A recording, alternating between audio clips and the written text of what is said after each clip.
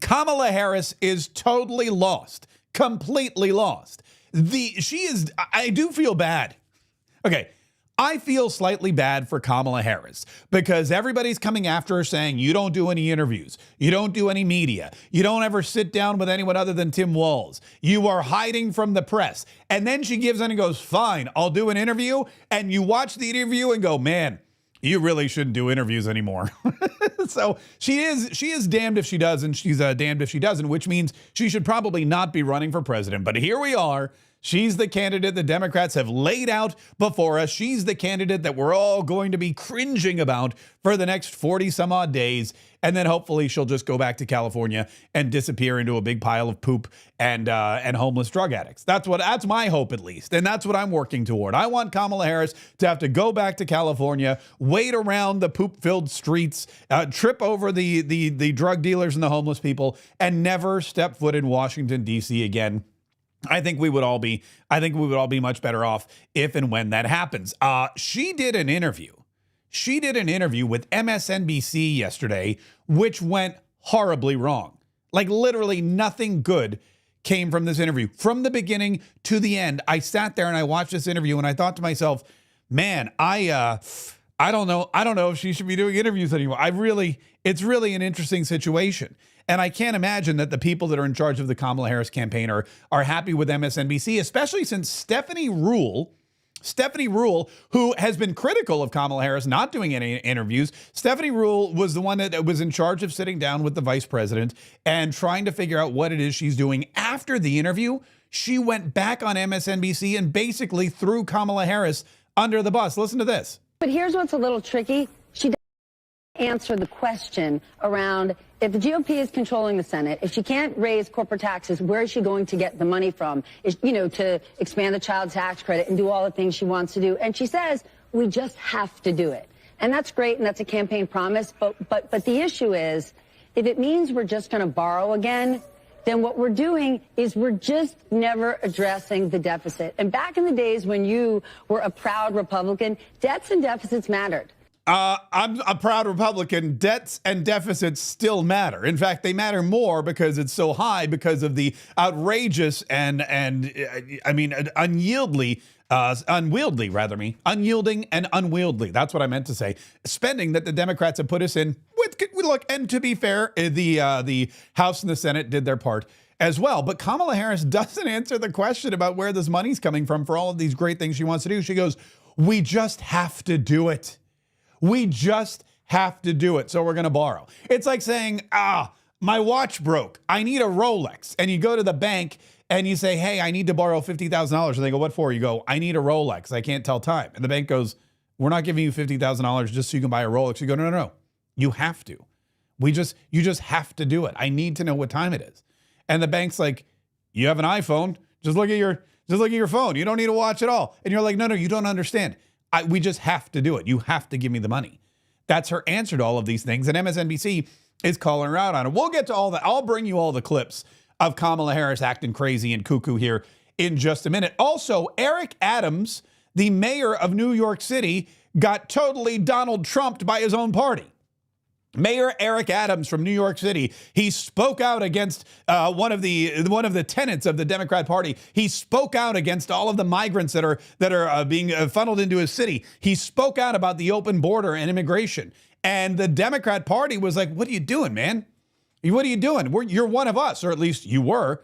Now they've indicted him for corruption. They've done to one of their own, one of the rising stars in their party, the mayor of one of their favorite places in the world, New York City. They indicted him on corruption charges just the way they've indicted Donald Trump because they didn't like what he was saying. They didn't like the way he was acting. And so they're going to try to teach him. That's a big story that broke yesterday. We'll bring you all the details of that. And apparently Coca-Cola hates Jesus. Who knew? Coca-Cola, Coke gone woke. There was this video that was floating around the internet yesterday about Coca-Cola and they're censoring Jesus, which is also weird because Coca-Cola was founded in Atlanta, Georgia, southern town. And in Atlanta, Georgia, there's a lot of Baptists and they love Jesus. In the South, we love Jesus. Praise God. But at this Coca-Cola store, apparently, Jesus is a bad word. It's a wordy dirt. Jesus might as well be a 4-letter word to Coca-Cola. We'll bring you that clip. We got a lot going on. First of all, if you like this show at all, even just a little bit, if you hate the show, fine. But if you like the show, even if you're like, you know what, this show's actually not bad, then now's the most opportune time for you to subscribe. Because look, if you think this show's not bad, that means it can only get better. If you think this show's great, then we're just going to keep up this high level of energy and information and entertainment and enlightenment throughout the election. If you would like to be counted among the growing legion of Catriots who are America first, who want to make America great again, who are concerned about this nation, if you are a Catriot or you want to be a Catriot, then you must subscribe to this channel because we're bringing you stuff all the time. Yesterday, I had like 3 videos yesterday and a live stream, which broke records. I don't know if it was because we were from the RNC. I don't know if it was because of the clickbaity title. I don't know the reason. But I'm so glad that we had so many. We had 500 brand new Catriots subscribed to this channel on YouTube yesterday. We had dozens and dozens more on Rumble, and our numbers are growing everywhere. So thank you and welcome. And don't forget, hit the subscribe button, smash the like button, share this, because that's another great way that we grow. That's another great way that we grow. When I was in DC, I drove out to West Virginia and I visited the home and studio of Tim Pool, who you may have noticed. And I was listening to him while he was broadcasting, and he said, you know, if everybody shared this YouTube video, if everyone shared this Rumble video, if everyone shared this iTunes or Spotify podcast, just shared it anywhere, we would quickly become one of the biggest shows in the world. And I humbly believe that. I think that's true because the exponential growth on the internet is incredible. So if you like what you hear, share it with a friend. If you like what you're watching, share it with your squad, as the cool kids say. Share it with your circle of friends. And this is the fun part. If you know people who don't necessarily think the way you do, if you know some people who are maybe not conservative liberal, if you know some people who think Kamala Harris is the bee's knees and she's going to save the country, then definitely share this stuff with that person. Because the only thing more exciting than sharing something conservative with conservatives is sharing something conservative with liberals and watching their heads explode. That's one of my favorite things in the world, is to make liberals super angry. So we appreciate everybody subscribing and sharing. I do want to talk about something quickly. I'm going to get into the meat of it, I promise. But I was on the plane yesterday. So I went to DC. And I hung out with my good buddy, Congressman Aaron Bean. We were supposed to have some more interviews. We had this was a great trip and also not a great trip. Everything kind of got jumbled and mumbled, and this stupid hurricane threw everything out of whack. So we had a bunch of interviews lined up. The first one was with Congressman Mike Walz, not Governor Tim Walz, Congressman Mike Walz. And Congressman Mike Walz, we were going to broadcast live from his office. We were going to interview him. We were going to have a couple of other guests come in. It was going to be a blast. Well, Mike Walz, who is a former Green Beret and is really in tune with, he's on the Defense Committee and the Foreign Intelligence Committee, all these committees that are involved with our national security. Mike Walz is, a chief of staff or his communications director, calls me and goes, "Hey, we got a problem." I go, "What's the problem?"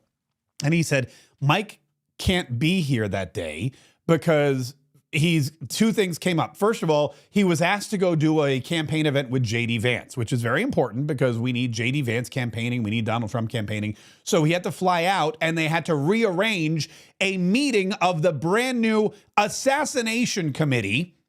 Think about this is where we are, folks. There's a brand new investigative committee into presidential assassination attempts, because there have been not one, not two, but 3 assassination attempts against Donald Trump this year alone.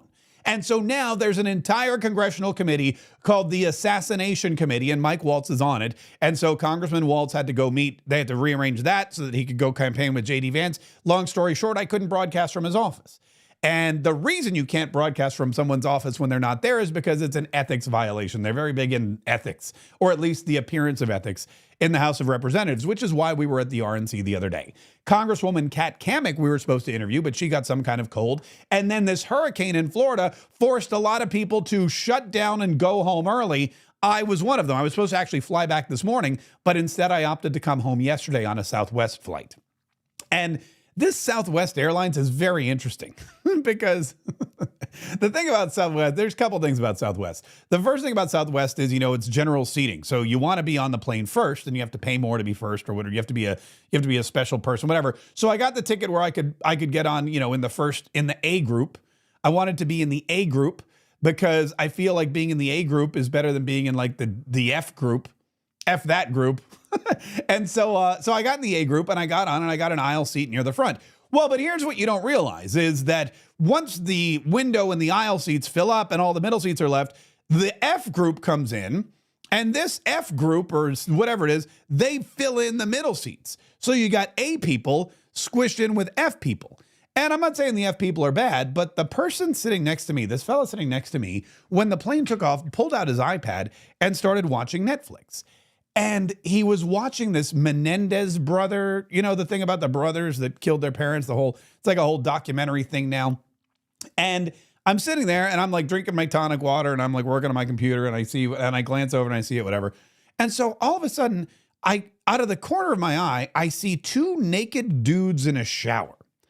And so I glanced down to make sure that I'm seeing what I'm seeing. And this guy has his iPad in full public view, me, the other guy next to us, the flight attendant, whatever. Anyone can see it. And it's this scene, full frontal nudity of these two dudes in the shower on his iPad, just in the middle of a flight. And I was like, I'm sorry, what are we watching? What are we watching in public? It was really kind of weird. And at first I thought he was watching some kind of prison, pornographic film, but it turns out it was a Netflix movie or a Netflix. Anyway, I decided I would, I'm not gonna fly that airline. I'm not gonna fly that airline. I'll just drive home next. I'll just rent a car and drive home the 12 hours from DC. Anyway, let's get to it, shall we? Let's start with Kamala Harris today. Kamala Harris is so lost. How lost is she? I'm glad you asked. She's so lost that when she's asked, or when she's out there speaking to people about how she's going to lower prices of pretty much everything because all the prices of everything are exorbitantly high, when she's asked about it, she says, "Oh, let me tell you a story quickly about cancer." So I have a personal experience with caregiving. I remember being there for my mother when she was diagnosed with cancer. Cooking meals for her, taking her to her appointments, just trying to make her comfortable, figuring out which clothes were soft enough that they wouldn't irritate her, and telling her stories to try and make her laugh. I know caregiving is about dignity. It really is. And when we lower the cost and ease the burdens people face, we will not only make it then easier for them to meet their obligations as caregivers, we will also make it more possible for them to go to work. I'm just going out on a limb here. I don't think it was the clothing that was irritating Kamala's mother. Tim, I'm sorry. I'm not thinking it was the clothing that was irritating. And look, and I'm not making fun of Kamala's cancer mom. I'm making fun of Kamala Harris.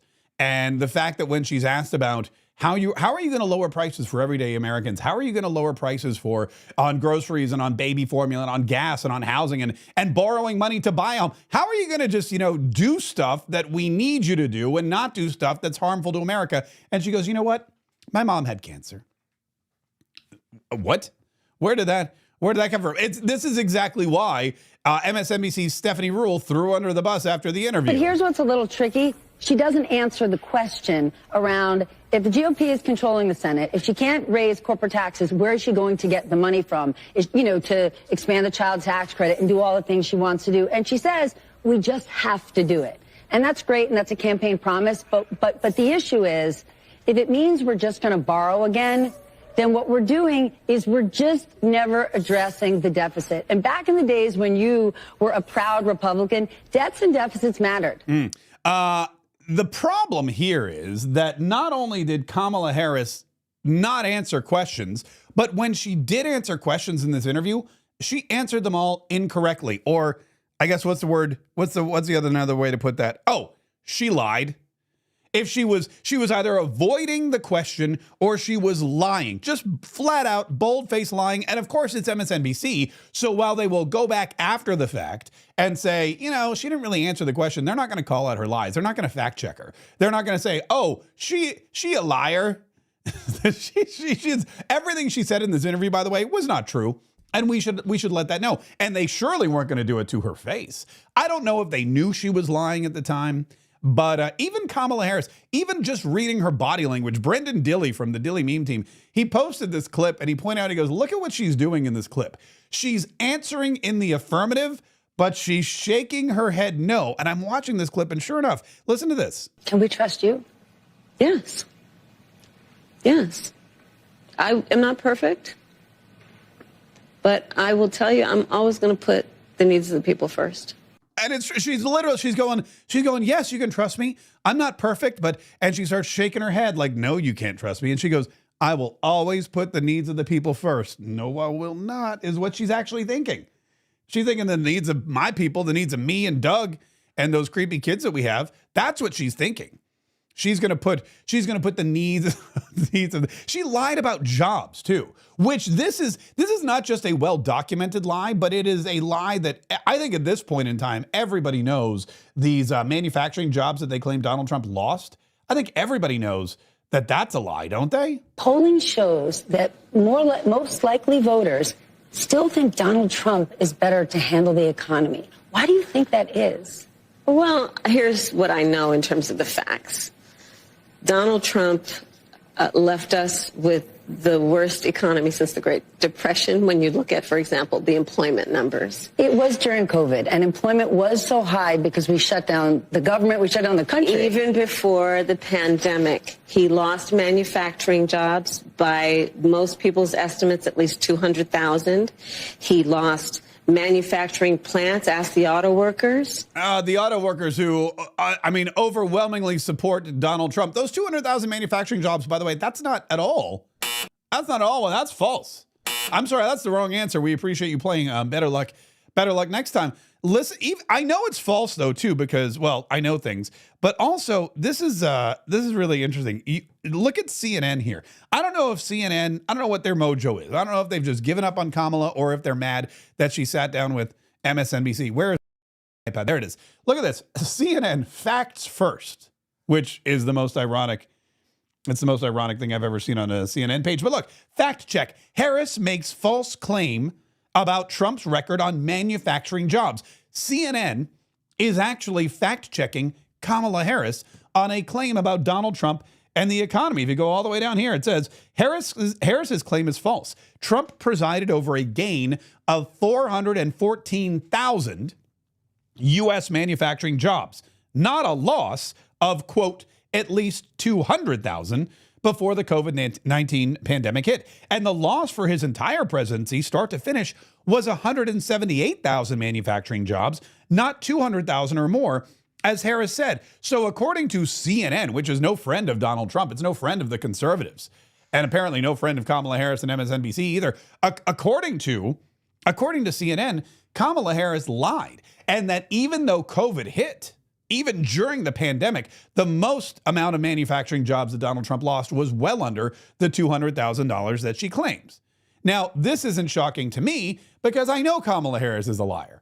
I heard her lie during the debate. I watched her lie about everything. I watched her perpetuate the myth about Charlottesville and the very fine people hoax. I watched her perpetuate the lies about Donald Trump and, this being a convicted felon and a rapist and all these other terrible, horrible, no good, very bad things. I watched her lie about pretty much everything.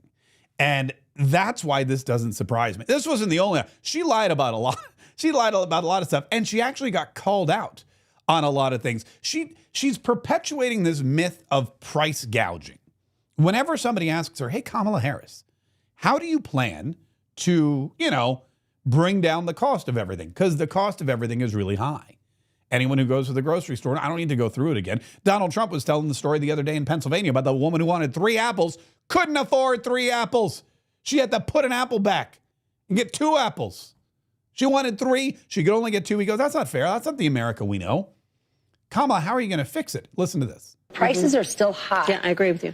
You've said you want to take this on by going after those who engage in price gouging. Yeah. But as somebody who supports free markets, who's a capitalist, how do you go after price gouging without implementing price controls? Because once we get in this zone, people start to get worried and they say, I don't know what she stands for. Okay, first of all, the question should have been, why are you going after price gouging when price gouging isn't the reason why we have high prices? Why is it that whenever someone asks you, how are you going to bring down the cost of things, you bring up this myth, this weird fairy tale about price gouging and how it's the root of all evil and how people can't, this lady can't afford 3 apples. She can only get 2 apples because of the price gouging going on in the apple picking industry. This is what she's trying. And instead of MSNBC calling her out on that, they go, you know, what is your plan? So just to be very frank, I am never going to apologize for going after companies and corporations that take advantage of the desperation of the American people. And as Attorney General, I saw this happen. In the midst of an emergency, whether it be an extreme weather event or even the pandemic, we saw it, where those few companies, not the majority, not most, but those few companies that would take advantage of the desperation of people and jack up prices. Yeah, I'm going to go after them. Yes. By the way, did you hear what she just said there? She goes, those few companies. She's literally saying this doesn't happen. She's literally saying these are isolated cases. She's literally in her answer of how she's going to bring down prices. She's saying, you know, I went after these companies. Not many of them. It's very few. But heck yeah, I'm going to go after them. Well, if it's not many companies, if it's very few companies, clearly it's not a problem. You're not answering the problem. You're coming up with some tough guy approach to a problem that doesn't really exist. Also, every state pretty much has price gouging legislation in place. We have a hurricane bearing down. Like literally, it's supposed to be here in 35 seconds. We have a hurricane bearing down on the state of Florida. You may have heard of it. Hurricane Helene. And Governor DeSantis has been out there all day. He's been on the TV. He's been telling people to evacuate. He's been telling people to leave. He's been telling people, look, if we don't have the manpower to come get you once the hurricane stops. And he's also warning about price gouging because that is a serious issue. They price gouge the cost of gasoline when people are trying to flee. They price gouge the cost of generators and batteries and food and all these other supplies. And we have price gouging laws in place here in the state of Florida so that people know I'm not going to do it because the governor is going to come after me. It's not that big an issue. It's not an issue at all. And it's not the reason why everything costs so much gosh darn money. In fact, we know it's not the reason that everything costs so much gosh darn money because Mark Cuban, billionaire owner of the Dallas Mavericks, one of the sharks on Shark Tank, and for some reason, a white dude for Harris. I don't get that at all. He was on Squawk Box, my new favorite show, when he was talking to Joe What's-His-Name. And Joe What's-His-Name says, come on, you can't really believe you're smart. You're a billionaire. You've made a lot of money. You're on Shark Tank. You follow the markets. You know that Kamala Harris is lying about price gouging. And you know what Mark Cuban says? Well, here, I'll play it for you.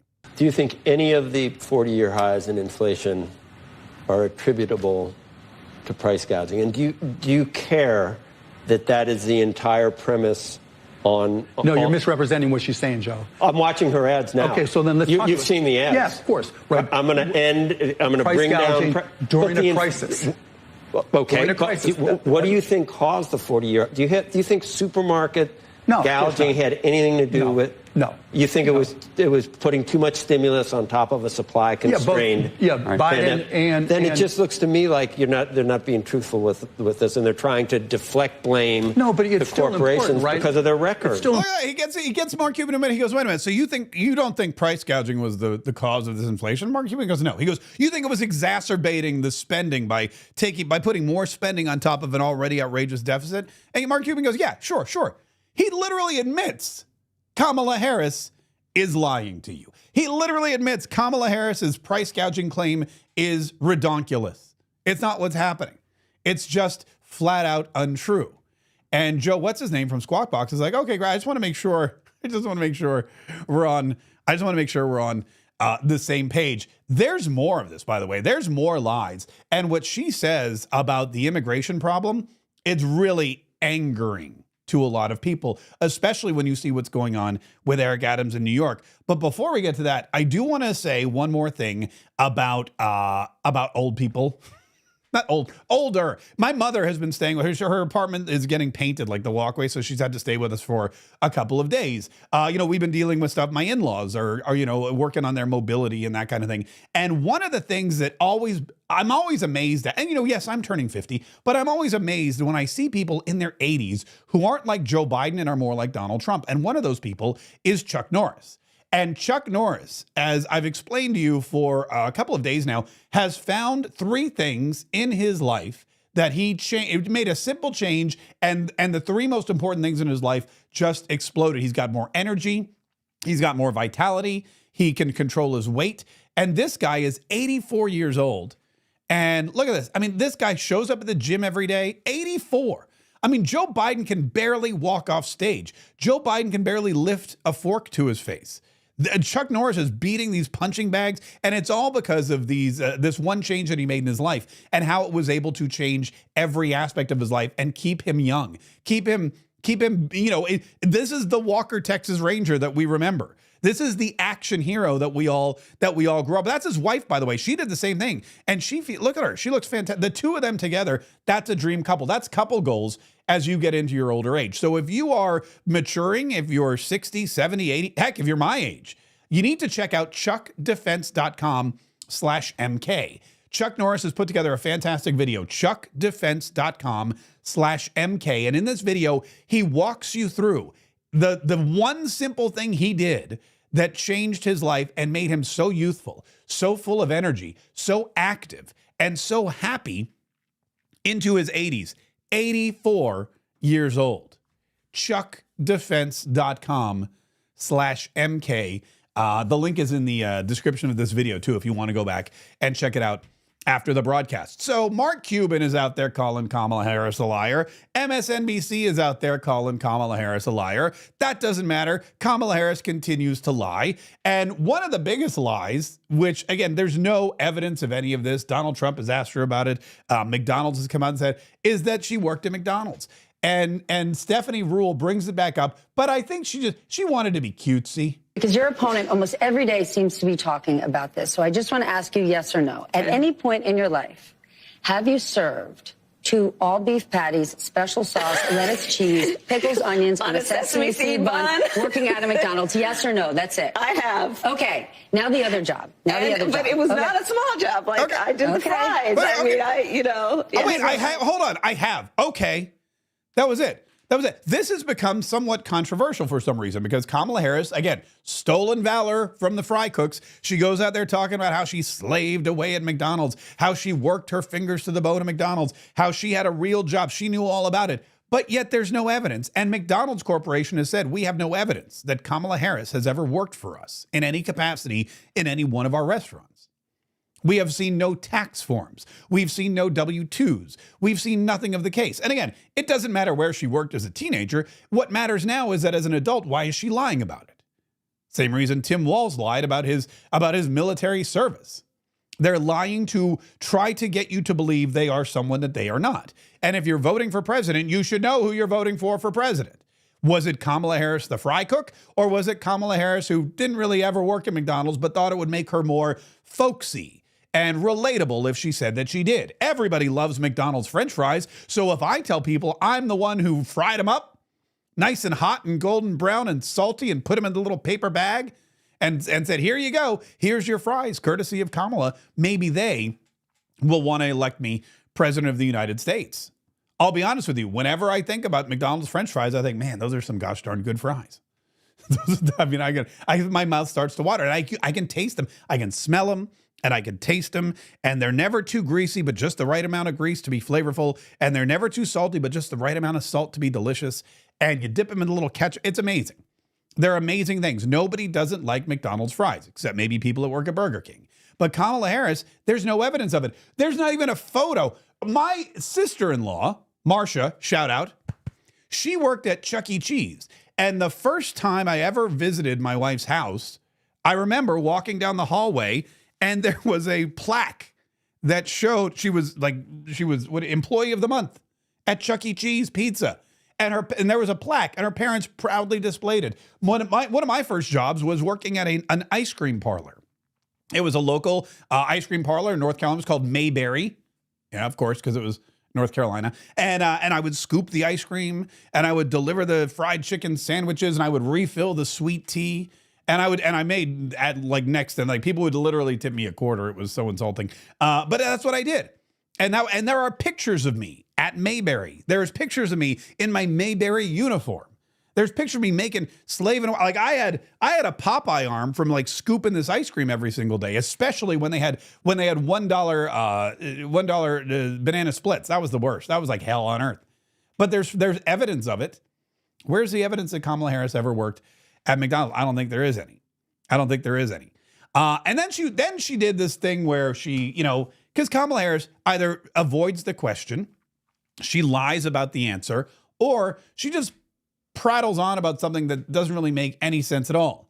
And she did that when she was asked about how she was going to bring down the cost of housing. Looking holistically at the connection between that and housing, and looking holistically at the incentives we in the federal government can create for local and state governments to actually engage in planning in a holistic manner that includes prioritizing affordable housing.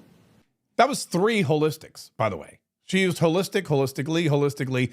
It's her new favorite word. I guess a hot button. I guess she's going for the yoga. I don't know, voters. She's going for that whole yogi, inner spiritual. We need a holistic approach to housing. And we need to see that housing and in transportation, they all work together holistically. And that's how we're going to help.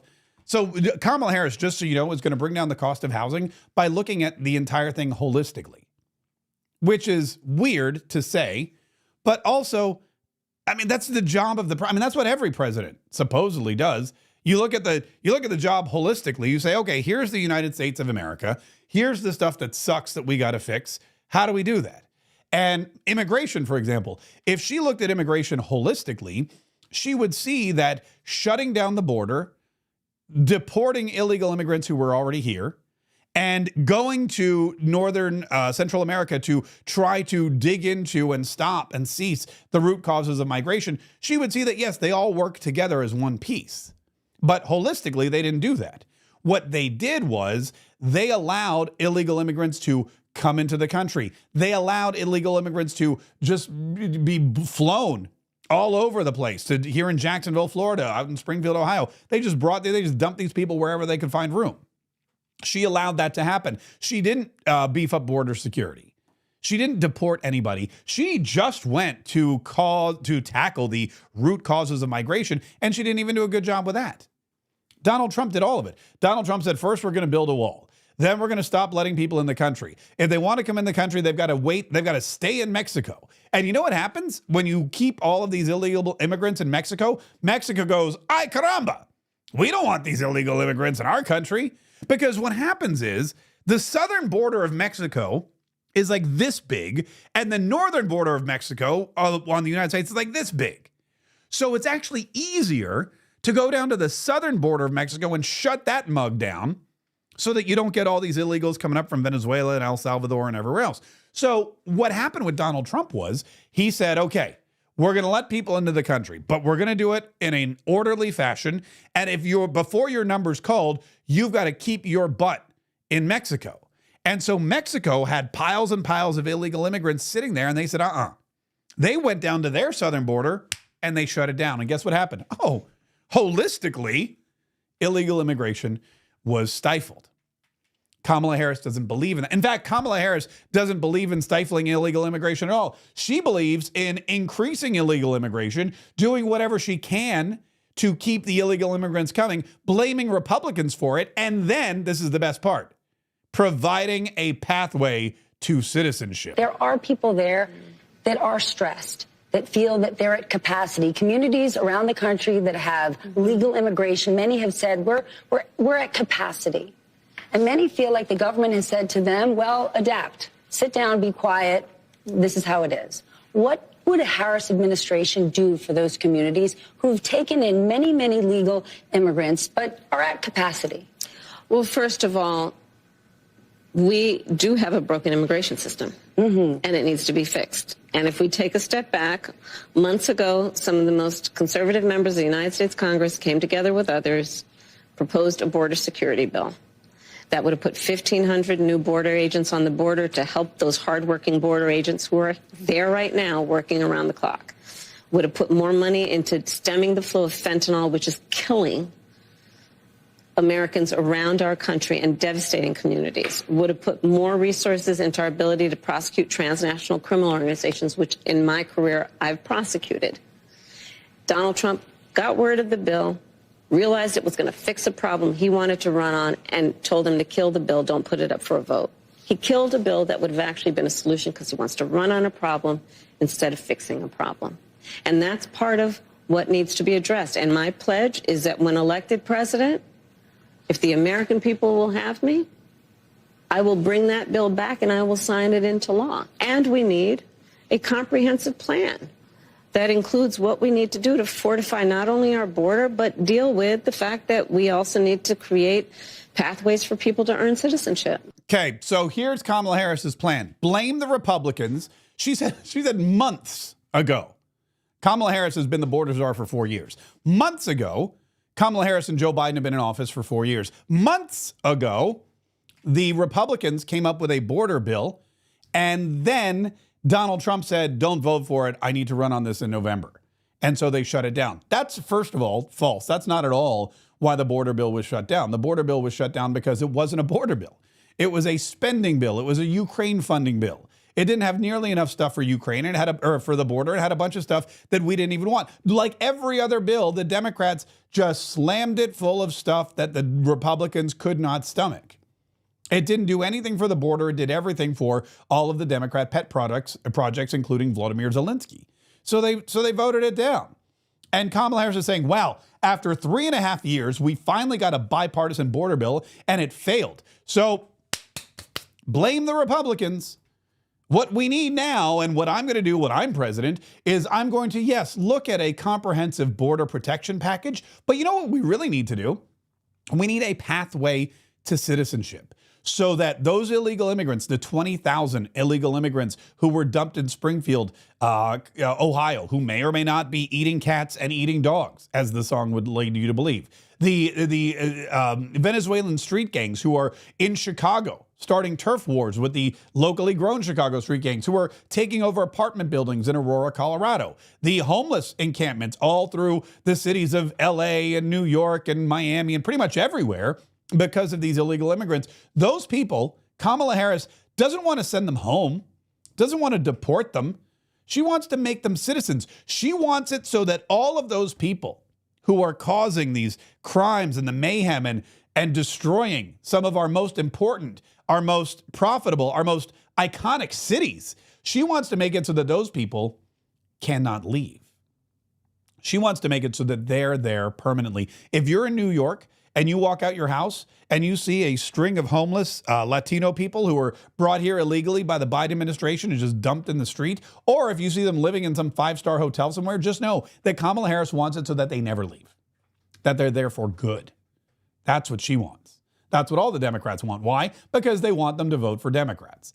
They're like, look, we can't convince people to vote for us. We've tried everything. We've tried legalizing weed. We've tried abortion. We've tried giving away free cell phones. We've tried paying for student loans. People still don't want to vote for us. They still like Donald Trump better. What can we, you know what? Screw it. Let's bring in a bunch of Latinos and we'll give them a pathway to citizenship and then we'll register them to vote for Democrats. In fact, we'll have them vote Democrat before they even become citizens. No one will know.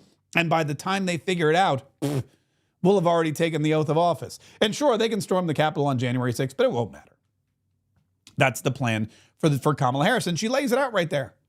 Yeah, we'll take a look at the border, but what we really need is we need to make all these 20 million illegals who are here now, we need to make them citizens of the United States of America so that they can vote. Donald Trump says, you know what we need to do? We need to shut down the border, and we did a massive deportation plan. We need the biggest deportation effort in American history. That's what we actually need. That's how we're going to save this country. That's how we're going to make America great again. And in fact, Eric Adams, the Democrat mayor of New York is now being indicted by the federal government. The federal charges are being brought against him for corruption. Is that really the charge that Eric Adams is facing? Is that really why they're attacking Eric Adams?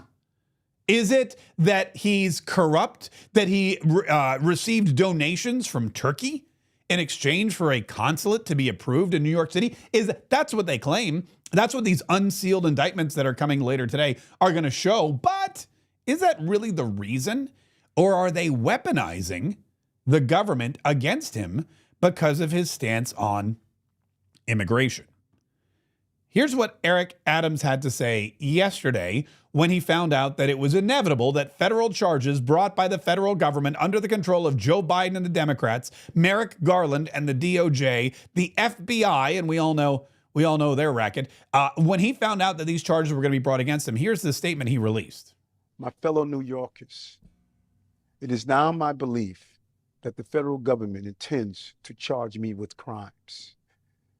If so, these charges will be entirely false, based on lies. But they would not be surprising. I always knew that if I stood my ground for all of you, that I would be a target. And a target I became. For months, leaks and rumors have been aimed at me in an attempt to undermine my credibility and paint me as guilty. Just this past week, they searched the home of our new police commissioner, looking for documents from 20 years ago, just 1 week after he joined my administration. Enough. I will fight these injustices with every ounce of my strength and my spirit. All right, there you go. So that's Eric Adams, and he's saying, look, enough is enough. I'm innocent. I'm fighting these charges. This is ridiculous. And a lot of people are now questioning, why is it that the star of the Democrat Party, Eric Adams, who, look, we knew de Blasio was horrible. He was one of the worst mayors ever. People in New York hated him. All he did was pander to the LGBTQ community. He pandered to Black Lives Matter. He was a laughing stock. How this guy ever got elected mayor, I don't know what the people of the great city of New York were ever thinking, but maybe they weren't. Maybe they brought in all those weed trucks. Maybe they had too many edibles and they weren't really thinking straight when they voted for Bill de Blasio. But they brought in Eric Adams, and here he is, and he's this rough and tough, rough and tumble, gritty African American mayor, and he's going to set New York straight. But the problem is that not only is he rough and tough and gritty, and not only was he going to set New York straight, but he also has this really negative propensity in the Democrat Party for telling the truth. And the Democrats, they don't like when anybody tells the truth, especially one of their own. And shortly after Eric Adams took office, shortly after he became mayor of New York, he looked around and he goes, man, all these illegal immigrants are a real problem for us. We don't have the money. We don't have the capacity. We don't have the assets to take care of these people. We're going to have to cut spending in all of these different areas, and it's not stopping, and the federal government's not stopping, and he's reaching out to the White House, and he's reaching out to Joe Biden. He's like, please, you have to shut down the border. Please stop sending us these illegal immigrants. And then he went to like a city meeting, a town hall, and somebody asked him about the migrants, and he made the unforgivable mistake, the career-ending mistake of telling the truth. And when you're a Democrat, that's the last thing you ever do. Never in my life have I had a problem that I did not see an ending to. I don't see an ending to this. I don't see an ending to this. This issue will destroy New York City. Destroy New York City. We're getting 10,000 migrants a month. One time we were just getting Venezuela. Now we're getting Ecuador. Now we're getting Russian speaking coming through Mexico. Now we're getting Western Africa. Now we're getting people from all over the globe have made their minds up that they're going to come through the southern part of the border and come into New York City. And everyone is saying it's New York City's problem. Every community in this city is going to be impacted. We had a 12 billion deficit that we're going to have to cut. Every service in this city is going to be impacted. All of us. And it's going to end New York. There's no end in sight. He goes, this is going to destroy New York City. Now, keep in mind, I'm not saying that Eric Adams isn't corrupt. I'm not saying that he didn't do what the feds are accusing him of doing. I'm pretty sure he's probably guilty of, well, if not this charge, some other charge. I mean, he is a Democrat, for crying out loud. And this is how Washington, D.C. works. You know, and Madison Cawthorn, our good buddy, former congressman, he talked about it all the time. He would say, you show up somewhere, right? You show up in Washington, D.C., you're a freshman congressman or a freshman senator or whatever, and the first thing they do is they say, come on, we're going to a party. And you go to a party, and there's rich people there, and there's these hot women there, and the hot women come, and they go, oh, you're a congressman? Hoo-hoo-hoo. And they start dancing with you, and then you get a drink, and then all of a sudden you're feeling good, and the next thing you know, you wake up with one or two women or maybe some dudes or God knows where. You wake up, you don't know where you are, you don't know where your pants are, and somebody comes up to you the next day when you're walking into a committee meeting and they say, hey, you're voting no, right? And you go, no, I'm voting yeah. They go, no, you're voting no. And you go, why? And they say, because that girl that you woke up with last night, we know her. She works for us, and we've got photos and videos and DNA samples and all kinds of, we could basically just ruin your life right now. So you're voting no, right? That's how they control you. And that's been going on for decades. The Democrats, they hate Republicans, and they will do anything to stop and to ruin the career of Republicans and to take power away from Republicans. And if that means collecting dirt on their own people and using it against their own people, when those people become politically inconvenient, when they start, spouting the truth, then they have no problem taking out that big dagger and stabbing it right in the back of one of their own. They see it as evolution. They want to make sure that they are fulfilling their own destiny. It's self-preservation. Eric Adams is a weak link. Eric Adams, he had another press conference. He said this. We're seeing the erosion of the quality of life that we've improved on in such a short period of time of this administration. And we have been impacted. For many months, we were able to keep the visualization of this crisis from hitting our streets, but we have reached a breaking point. We're no longer able to do that because of the volume in numbers. Just last week, we had 3,900 people that arrived here. We are averaging anywhere from 2,500 to close to 4,000 a week. And if you do the math, you see that's 8,000 every 2 weeks, potentially 16,000 a month that we must feed, clothe, house, educate children, and all the services that you would give a normal adult. And we're seeing that play out on our streets of New York. And that is what the breaking point looks like, what we are experiencing right now. And keep in mind, look, they don't need any more Democrat voters in New York. They don't need Democrat voters in New York. So Eric Adams is saying, he may just be saying, look, stop sending them here. But they didn't. They kept sending them everywhere. And he's like, look, dude, we understand the plan. Kamala Harris just told us. Kamala Harris said the plan is to let these people come in and then make them citizens so that they can vote Democrat. That's why they're in Springfield, Ohio, which used to be a swing state. That's why you're seeing them in places like Colorado so that they can continue to their stranglehold on Colorado. That's why you're going to start seeing them in all of these states, Wisconsin and Pennsylvania and Michigan. They're going to be all, North Carolina is going to get a whole bunch of them. Georgia, Arizona, all of these places where they feel like there's just too many conservative voters, too many red state voters.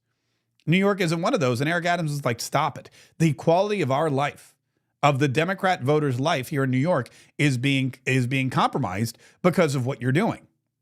And the Democrats said, shut up, dude, or we're going to take you down. And he didn't do it. And so now they're charging him with corruption because he allegedly took money, illegal campaign contributions from Turkey, led by President Erdogan, and he built them a consulate or approved a consulate. And so now they're going to, which by the way, that's got to be minor corruption. You take money from Turkey and then you say, all right, I'll approve their consulate. That's not corruption. That's New York politics. That's Democrat politics. That's basically politics across the board. Somebody gives you money for your influence. Look at Joe Biden. Look at the big guy. Look at the 10%. Look at him calling his son's dinner party when he's sitting around with all of his friends from abroad. Look at Hunter Biden's WhatsApp messages to the Chinese saying, I'm here with my father. I'm here with my father. And then you get $2 million the next day. That's how it is. It's all influence peddling. So Eric Adams does what pretty much everyone does. And now the Democrats are using it against him because he spoke the truth. And that is an unforgivable thing to do when you're a Democrat. Speaking of truth, there is a truth in life that eventually you will feel pain. And for some people, when they get older, it's chronic pain. It's pain that doesn't go away. And your doctor is most likely going to prescribe you some kind of chemical drug, some kind of pill. The pharmaceutical companies, like I said, they're saying, hey, you know what? Here's some free samples. Give them out to your patients. Let's get them hooked on these drugs when they feel pain, and then we'll be all, we'll live flesh for the rest of our lives. But there's a better way to fix your pain. And there's a guy named Clint Winters. And Clint Winters is a medical scientist who came up with a brand new formula. They call it nature's morphine. It's called canalidine. It's all natural. It's a 100% drug-free way to get full body pain relief without dangerous pills.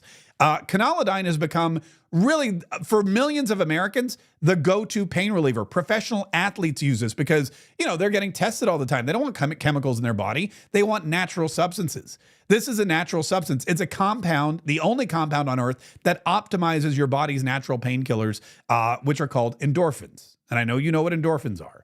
And canalidine is absolutely the future of pain relief. Clint Winters, if you listen to him speak, he'll tell you, this guy knows his stuff. He'll tell you exactly how he formulated it. He'll tell you exactly how he came up with this plan. He'll tell you everything you need to know about canalidine and how it can help you, especially if you're a chronic pain sufferer. Even if you're not a chronic pain sufferer, even if you just need pain relief. Now, here's the best part. There's a link in the description, or you can go to the website, trycono.com/Mark K, MarkKaye. And for less than $1 per day, you can try it.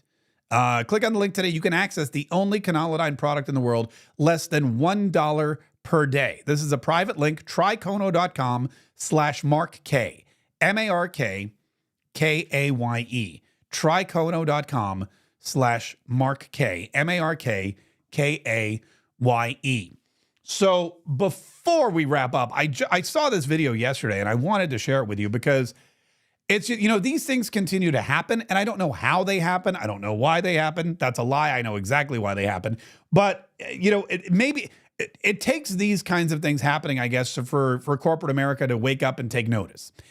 There was a video that went viral yesterday. I got off the plane and I saw it everywhere about Coca-Cola and this Coca-Cola machine. I don't know if this was in Atlanta. I don't really know where this video was, but it was the Coke store. And I know that they have Coke stores all over. They have one in New York. The big one is in Atlanta. But this is the Coke store. And at the Coke store, you can buy a can of Coke that is custom engraved with your own message. You go up and you type in a message and it, I guess, laser prints it or whatever, gets on the can somehow. You take it home with you and you have this great, cool Coke store, item, this piece of memorabilia that is very exciting and personalized. Well, get this. I'm going to play you this video. This guy shot this because he was amazed at what you could, and more importantly, what you could not write on your Coke can. So at the Coke store, you can personalize a message. You can put Allah loves you.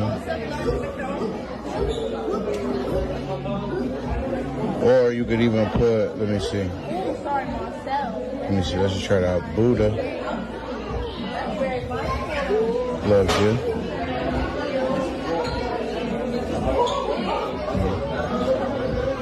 But you cannot even type in the word Jesus. We cannot allow this text on the can. Everything else is good though. Even if I put, let's see, Satan. Oh no, bro. Hold on. Satan loves you. You could put that. You could put Satan loves you, Allah loves you, Buddha loves you. But when you type in this word, you can't even type the word in. That's crazy. That's ridiculous. So, and again, as far as I know, this video is not, it doesn't look, it's not AI generated. That's not ChatGPT. This is a guy with a cell phone. He's at a Coke store. He types in, Allah loves you, no probs. Buddha loves you, totally legit. Satan loves you, and you can print that on the can. But if you start to type the word Jesus, you get Jesu, and that final S, all of a sudden, I'm sorry, this is an inappropriate word to type on this can. You cannot put Jesus loves you on a can of Coke, which the irony there, by the way, is totally not lost on me. But that is really, that seems like it's either A, a horrible mistake, or B, one of those ingrained woke policies that companies put in place during the height of the BLM George Floyd movement, during the height of the woke folk coming in and just destroying all of our culture. It seems to me like that is one of the things that maybe they put in place and they forgot about, and now it's being brought to light, and I hope they remedy it. But the fact of the matter is, they never should have allowed that to happen. What you're teaching people there is that Jesus is inappropriate. It's an inappropriate word to use in public. And that's one of the big problems we have with this country today. Too many people are afraid to share their faith. Too many people are afraid to say, I love Jesus. Jesus loves me. This I know, for the Bible tells me so. I mean, this is a bizarre thing. And if this is, I hope to God somebody goes back in like a week and tries it again to see if this format or this program has been rewritten, because this is again, maybe a little thing when you look at it, but a larger thing when you look at corporate policy and what the corporations in this country are doing. They're kowtowing to the woke folk. And when you have corporations that kowtow to the woke folk, when you have corporations that kowtow and bow down to these weird, twisted individuals that want to erase everything good in this country, they want to erase everything good in America, they want to erase everything good in your religious life and your Christianity, they want to believe your faith and your ideals, they want to get rid of all that. When you allow them to get away with these kinds of things, when you allow them to answer, because they all have, there are these, the left, what they do is they have this, the social conscience score, and they go to these companies and they threaten them and they say, listen, you've got to not be religious. You've got to not talk about Jesus. You've got to not support Israel. You've got to not hire white people for all your management. And if you don't do any of that, if you don't come out and say, we stand with George Floyd, if you don't come out and say, defund the police, if you don't come out and support Kamala Harris, we have a massive database of people, and we are going to boycott your company, and you're going to lose millions and millions, and we're going to spread lies about you, we're going to dox you. It won't matter that none of it's true, because we're going to put it out there and people will believe us, because this is what we do. And so these companies, they get scared and they bow down and they go, okay, we'll take Jesus out of the Coca-Cola can writing machine. We'll make it a bad word. You can't, the F word, the S word, the C word. I'm trying to think of the other. Those are my three favorites. I mean, those are the three that come to mind. And then Jesus. Those are the words. What about Satan? Satan's fine. Allah's fine. But you cannot write Jesus on a can of Coke. And that is one of the many reasons why I drink coffee and water. I prefer to get my caffeine from ground up coffee beans, not artificially flavored and colored bubbly water with more cane sugar than in it than Diddy has bottles of baby oil. Anyway, listen, we got to wrap it up. But thank you so much to everybody for watching today. I hope that you're walking away now informed and enlightened and entertained. Some of you may be slightly enraged. That's okay. Passion is good, because passion leads to change. If you are engaged, if you are enraged, if you are entertained, feel free to leave a super chat. That would be thrilling. Feel free to leave a Rumble rant. We would love that. We love any and all support you can show us. If you'd like, you can go to our Mark Kaye shop and purchase a Katriot t-shirt or one of our iconic Brighter Future hoodies like my daughter's modeling right here, markkayshop.com. But whatever you do, make sure that you're watching every single day at noon Eastern, 11 Central. Make sure that you're sharing all of these broadcasts and videos and podcasts with everybody you know, the faithful, those who are like-minded, and most importantly, those who are not like-minded. because we don't just want to preach to the choir. Yes, we want the biggest, loudest choir we can get, but we need some people out there in the congregation that we can convert. We need to let those people out there that think that Jesus is a 4-letter word know that it's not. We need to let those people out there that think that USA is a 4-letter word know that it's not. We need to let those people out there who think that Kamala Harris is the future, that Kamala Harris is the way forward, that Kamala Harris is the answer to all of our prayers. We need to make sure that those people know she's not. It's Donald Trump. It's conservatism. That's what's going to make America great again. Melania Trump was it. Listen to Melania Trump talk about her husband and what he wants. All he wants to, as he says, make America great again. He wants to make this country prosperous, safe for everybody. He wants to make American dream possible again. He wants to make this country prosperous. He wants to make this country safe. He wants to make the American dream possible for everyone. Straight from the lips of the former and future First Lady of the United States of America, Melania Trump. And if you want that, if you want this country to be prosperous again, if you want this country to be safe again, if you want the American dream to be available to anyone who is legally in this country, then dadgummit, you've come to the right place. We're all of like mind. And we've all got to stick together and learn together and hang together and work together and fight together